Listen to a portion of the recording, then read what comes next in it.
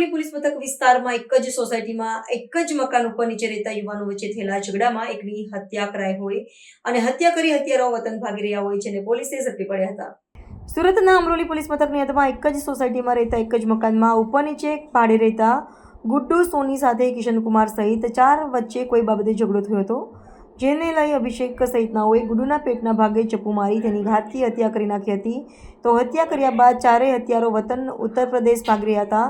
તો બીજી તરફ હત્યા અંગેની જાણ થતાં સ્થળે દોડી ગયેલ અમરોલી પોલીસે હત્યારાઓ વતન ભાગે તે પહેલા જ રેલવે સ્ટેશન પાસેથી ઝડપી પડ્યા હતા અને ચારેય આરોપીઓને કાયદેસરની કાર્યવાહી હાથ ધરી હતી। ગઈકાલ તારીખ 16/9/2025ના રોજ સાંજના સમયે ગુડ્ડુ શિવસાગર સોની નામના વ્યક્તિની કેટલાક ઇસમોએ હત્યા કરેલી છે, જે ગુડ્ડુ તથા હત્યારાઓ શ્રીરામનગર ગુજરાત હાઉસિંગ બોર્ડ ખાતેના રહેવાસીઓ છે। મૂળ તેઓ તમામ યુપીના રહેવાસી છે। છેલ્લા 4-5 વર્ષથી સુરત ખાતે આવી સેન્ટિંગના તેમજ ટેક્સટાઇલના મજૂરી કામના વ્યવસાય સાથે સંકળાયેલા છે। સામાન્ય બાબતમાં બંને વચ્ચે ઝઘડો થયેલો અને ગુડ્ડુ તથા અભિષેકના ઝઘડાને કારણે બાકીના 3 આરોપીઓ, જેમાં કરણ દ્વારા ગુડ્ડુને છરી મારવામાં આવેલી।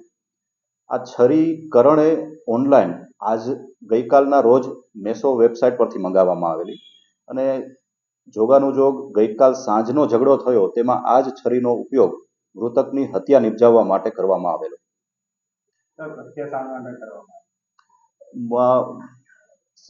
શાકભાજીની લારી પર સામાન્ય બોલાચાલી મૃતક અને અભિષેક નામના વ્યક્તિ વચ્ચે થયેલી।